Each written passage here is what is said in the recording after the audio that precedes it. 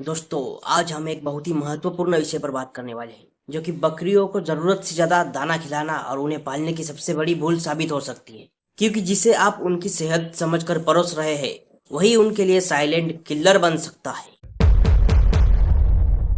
जब एक बकरी अपनी क्षमता से अधिक अनाज खा लेती है और कार्बोहाइड्रेट का सेवन कर लेती है, तो उसके पेट के पहले हिस्से यानी कि रोमेन का पीएच लेवल तेजी से गिर जाता है और लैक्टिक एसिड का निर्माण होने लगता है, जिसे कि वैज्ञानिक भाषा में रूमेन एसिडोसिस कहते हैं।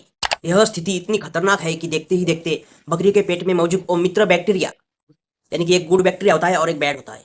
तो वो मित्र बैक्टीरिया होता है गुड, यानी कि वो मरने लगते हैं फिर, जो चारा पचाने में मदद करते हैं। और नतीजा यह होता है कि बकरी सुस्त होकर खाना पीना पूरी तरह बंद कर देती है।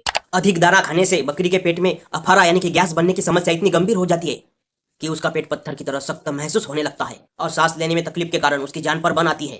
ज्यादा दाना न केवल पाचन तंत्र को बिगाड़ता है, बल्कि यह एंटेरोटॉक्सीमिया यानी कि फिड़किया जैसी जानलेवा बीमारी को भी न्योता देता है, क्योंकि पेट में मौजूद क्लोस्ट्रीडियम बैक्टीरिया तेजी से जहर फैलाने लगता है, जिससे स्वस्थ दिखने वाली बकरी भी चंद घंटों में दम तोड़ देती है। वैज्ञानिक प्रबंधन यह कहता है कि दाना हमेशा बकरी के शरीर के वजन और उसकी जरूरत के हिसाब से ही देना चाहिए और कभी भी अचानक दाने की मात्रा नहीं बढ़ानी चाहिए। यदि आप अपनी बकरी को लंबे समय तक स्वस्थ और उत्पादक देखना चाहते हैं, तो उसे ग्रेन ओवरलोड से बचाएं और चारे तथा दाने का सही संतुलन बनाए रखें।